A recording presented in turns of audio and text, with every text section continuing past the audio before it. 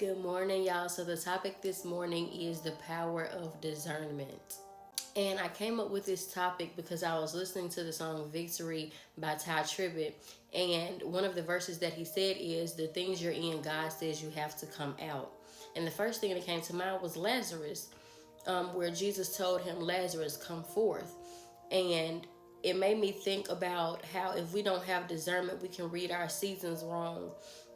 It's very important that we have this discernment, because if we're reading our seasons wrong, then we're not going to get to the place that God has for us to be. And as I thought about Lazarus, I also thought about the guy that was at the pool of Bethesda. And God kept giving me revelations. He said also the fiery furnace. Two of those, they had to come out.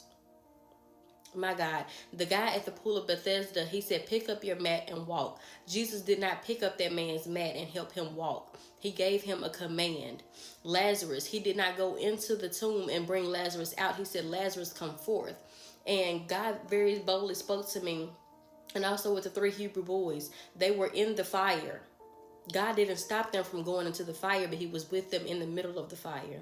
My God. And then Daniel in the lion's den. He didn't stop them from throwing Daniel in the lion's den. He was with Daniel in the lion's den.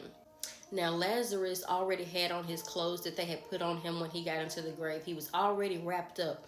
And God told me to tell you that there's some things that you're trying to unravel before you come out. God didn't say take that off and come out. God said come out.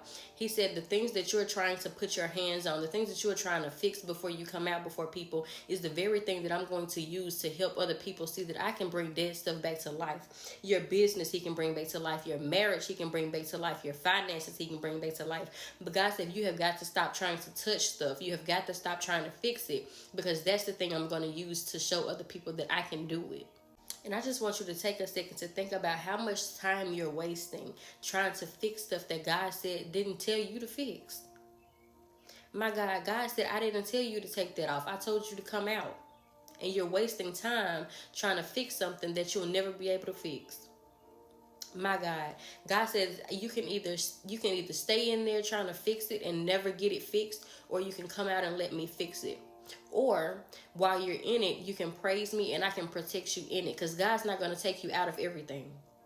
And that's what the thing that came in with Daniel in the lion's den and the 3 Hebrew boys. This is why we have to have the power of discernment, because you could either be wasting time trying to fix it, or you could be coming out, or you could be praising God in it and letting him allow him to protect you in it. Now, with the man at the pool of Bethesda, God gave him a command. Well, God, first he asked him a question. Do you want to be made whole? Do you want to be healed? The first thing the guy said was, every time I try to get into the pool, somebody else jumps in front of me. Don't that sound like us? That ain't what Jesus asked him. Jesus said, do you want to be healed? His answer should have been, yes, Lord, yes, I do want to be healed. But instead he gave an excuse. My God, don't that sound like us? Jesus gave him a commandment. God factored in your situation and your circumstances when he created you and gave you your purpose. You're not telling him something he's not aware of. God says, when I ask you a question, it's not because I need to know the answer. It's because I need you to understand that I'm capable of doing the impossible. And the last thing that I'm going to leave this off with is Daniel in the lion's den and the 3 Hebrew boys. They weren't trying to get out, and they didn't waver their faith in God because of man's consequences. Daniel could have stopped praying to God 3 times a day. He could have stopped doing what he was doing and not have to worry about going into the lion's den. The 3 Hebrew boys, they could have bowed down to the king the way that everybody else was doing. They didn't waver their faith, and because of that, God protected them in what they were in. He didn't protect them from the consequences. Listen to me carefully. He did not protect them from the consequences.